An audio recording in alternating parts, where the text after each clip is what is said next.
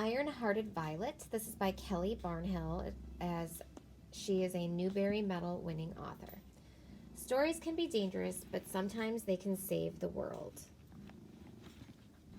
And this is in our classroom library.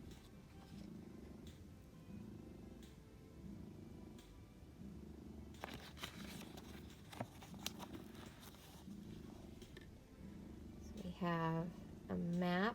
This is the edge of the world.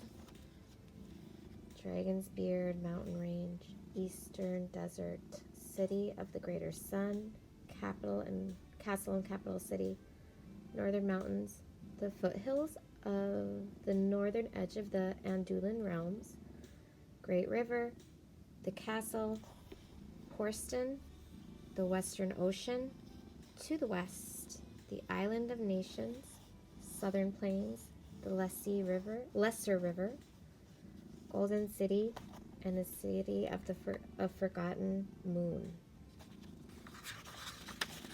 Chapter 1. The end of my world began with a story. It also began with a birth. Princess Violet, last of the name, indeed the last princess at all to be born in the Anduin realms, was not a pretty child. When she was born, her hair grew in tufted clumps around her pink and yellow head, and her mouth puckered to the side whenever anyone peeked into her cradle.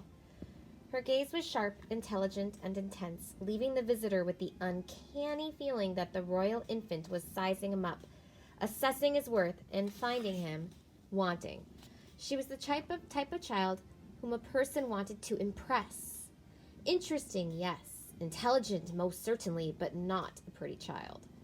When she was 5 days old, her round face broke out in a rash that lasted for weeks. When she was 12 weeks old, the last of her feathery black hair drifted away, leaving her skull quite bald with a lopsided sheen. Her hair grew back much later as a coarse, crinkly auburn mass, resistant to braids and ribbons and almost impossible to comb. When she was 1 year old, it became clear that her left eye was visibly larger than her right. Not only that, it was a different color too. While the right eye was as blue as the Western Ocean in the earliest morning, the left was gray, like the smoke offered to the dying sky each evening by the magicians of the Eastern Wall. At this time, I would even encourage you to pause this, get a piece of paper and some materials, and maybe start visualizing or drawing what this princess looked like. Her nose was pug nose. Her forehead was too tall, and even when she was just a baby, her skin was freckled and blotched, and no number of milk baths or lemon rubs could unmark her. People remarked about her lack of beauty, but it couldn't be helped. She was a princess all the same, our princess, and we loved her. On the morning in which the infant Violet was officially presented to her waiting and hopeful people, it was a dark and windy, bitter cold. Even in the great hall, where there were abundant fires and bodies to cheer us, our breath clouded about our mouths and hung like ghosts before wisping away. The king and queen entered quietly, without announcement or trumpets or pomp, and stood before us. Shivering crowd grew silent. In the months following Violet's birth, both mother and child recuperated in seclusion, as the birth itself had been treacherous and terrifying, and we very nearly lost both of them to the careless shrug of chance. The queen wore a red wool gown under a heavy green cloak. She gazed over the great hall and smiled.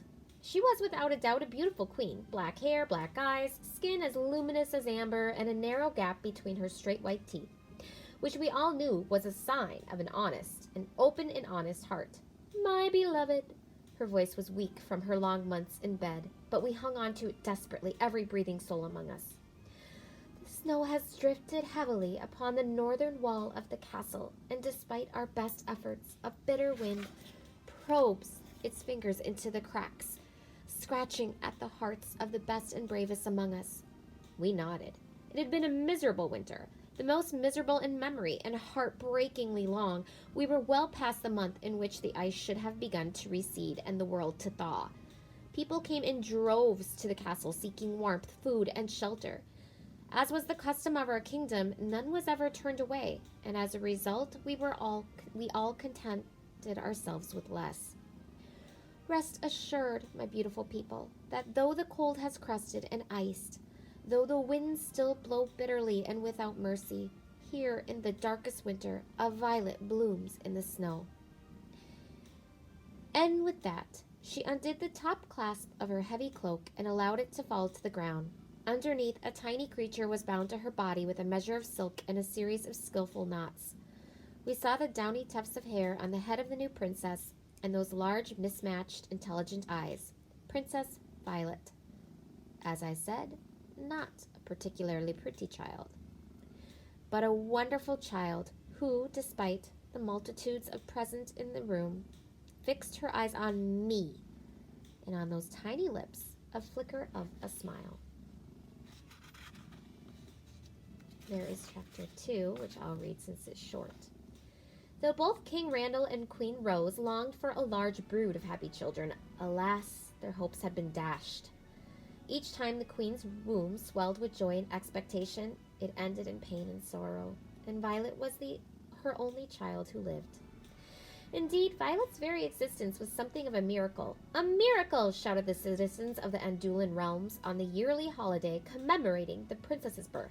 A miracle, glumly proclaimed the advisors and the rulers of the northern mountains, the southern plains, and the eastern deserts, and the island nations to the west, all of whom had harbored hopes that the king and queen of the Andulen realms would fail to produce an heir. They stared at map after map, imagining their borders with our country erased, imagining themselves able to reach into the resources of our prosperous nation and pick plum after plum of their own. But with the birth of the princess, there would be no annexation without the bother of war. And, my dears, war is a terrible bother. So our neighbors seethed in secret. They spoke of miracles as they clenched their teeth and tasted acid on their tongues. Ah, hissed a voice, far away at the mirrored edge of the world, an opportunity. And that slithery, whispery voice slowly formulated a plan. It licked its yellow lips and widened its jaws into a grin. Chapter 3 is about when Violet was just 4 years old. Many people wished they lived in their own fairy tale world, whether we stole away into them or not as children. Adventures, princesses, good overcoming evil. But Iron-Hearted Violet isn't your normal fairy tale. Her story, like many others, is just another chapter in a much bigger story being written. One day, Princess Violet and her friend Demetrius stumble into a forgotten room, a hidden room, a forbidden room. And inside, they find the most dangerous weapon of all, books. I know, you're laughing at me. Books? How can a book be a weapon? But knowledge can be more powerful than anything. In Violet's world, there are 12 ancient gods. Everyone knows that. Everyone accepts that. Except, deep in one of these hidden books, Violet finds stories of a 13th god, evil and banished from this place, imprisoned for all of time. Violet's sure this story can't be true. But then the whispers start.